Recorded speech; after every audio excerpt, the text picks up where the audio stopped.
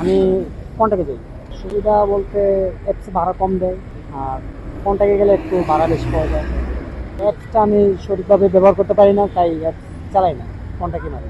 Ride sharing করেন কত বছর ধরে? 6 বছর যাবত 6 বছর। সবসময় অ্যাপ চালাই, খেপে যাই না। হঠাৎ রিকোয়েস্ট করার পরে যদি যাই, এমনি ডাইকা নেই না। আমার কাছে অ্যাপসই মনে হয় ভালো। অ্যাপসে আসলে রেটটা একটু কম, এর জন্য একটু মানে বেশি একটা পোষায় না। খেপে গেলে পোষায়, যারা খেপে রাইড শেয়ারিং করে একটু ভালো একটা পড়তা হয়। পাঠাও বা রাইড শেয়ারিং যখন অ্যাপসে করি তখন একটু মন্দা মন্দা ভাব হয়। আমি কোনটাকে যাই, আমি অ্যাপসে মারি না।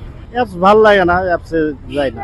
অ্যাপস বুঝি না, আবার অ্যাপসে আমি হ্যাঁ ঠিকই আছে, অ্যাপস বুঝি না। অ্যাপসে ভাড়া কম আহে আর কোনটাকে ভাড়া বেশি আসে, এই জন্য অ্যাপসে যাওয়া হয় না। আর অ্যাপসে আমি চালুও করি না।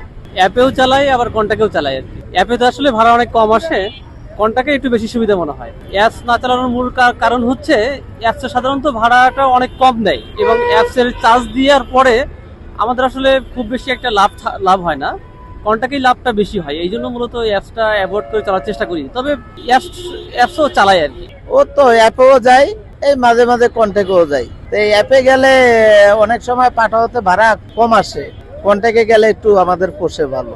যেমন ওভারে একটু ভাড়া ভালো আসে, পাঠাতে আবার কম আসে। আর হইলো আরেক কথা হইলো, ওরা ওদের টাকাটা কাটিয়ে নিয়ে যায় আগেই। নাইট শেয়ার তো করি, সবসময় তো করি না, মাঝে মধ্যে করি আর কি। অ্যাপে আর খেপে যখন যেভাবে হয় ওইভাবে চলে যায় আর কি। খেপেই তো রাইডারের জন্য খেপেই ভালো। খেপেই ভালো কারণ হচ্ছে একটা যাত্রী এই জায়গায় বসে পেয়ে গেলাম। আর অ্যাপে যে যাত্রীরা এরা মনে করেন আমি এই জায়গায় বসে রয়েছি, কলকাতার 1 কিলোমিটার দূর থেকে আসতেছে, আবার 1 কিলোমিটার দূরে যাইতে হয়, যায় যাত্রীরা আনতে হয়, একটা ভেজাল। অ্যাপসে যে কম পাবে তা না, মনে করেন এখান থেকে অ্যাপসে যাত্রাবাড়ি ভাড়া আছে মিনিমাম 250 টাকা, মনে করেন অ্যাপসে আইলো, কিন্তু এনটা অনেকে 200 টাকা চলে যায়। তাহলে কোনটা গেল, অ্যাপে কমে গেল না খেপে কমে গেল? না, আমি রাইড শেয়ার আসলে মানে বেশি দিন থেকে না, আর রাইড শেয়ার প্রতিদিনও করি না, মাঝে মাঝে আর কি 2-4 দিনে আর পকেট খরচ চালার জন্য করি। দুইটাই, যখন যেটা পারে।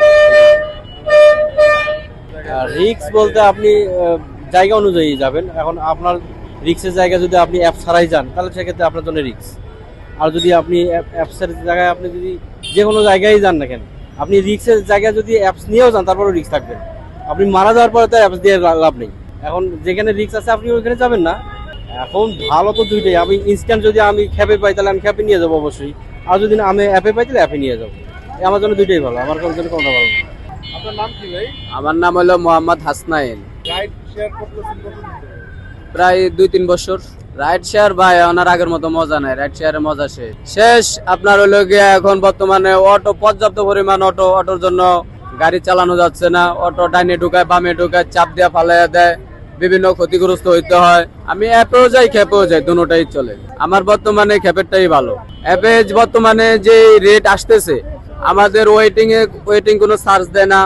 তারপরে আমার এই আপনার কি বলে যে আমাদের যে একটা কিলো পরিমাণ আমাদের পোষায় না, ঠিক আছে। পার কিলোতে যতটুকু আমাদের দরকার তার চেয়ে আমার 5-7 টাকা কম আসে।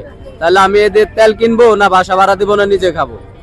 এর ভিতরে আবার শতকরা 15 টাকা চার্জ আছে, সেফটি কভারেজ ফি আছে। 100 টাকার ভাড়া মারলে তারা দেখা গেছে 18 টাকার মতো নিয়ে যায়। তাহলে আমি কিভাবে পোষাবো? রাইড শেয়ারিং তো করেন কত হ্যাঁ। বছর ধরে? 1.5 বছর। অ্যাপই ভালো হয়, অ্যাপে বসে থাকা লাগে কম, ভাড়া হয়। আর খেপে গেলে ভাড়া বেশি। হ্যাঁ, ভাড়া বেশি হয়, কিন্তু খেপের থেকে অ্যাপই ভালো। খেপে গেলে ভাড়া বেশি হয়, অনেকে এই জন্য অ্যাপ বন্ধ করে খেপে মারে। আমি দুটোটাই মারি।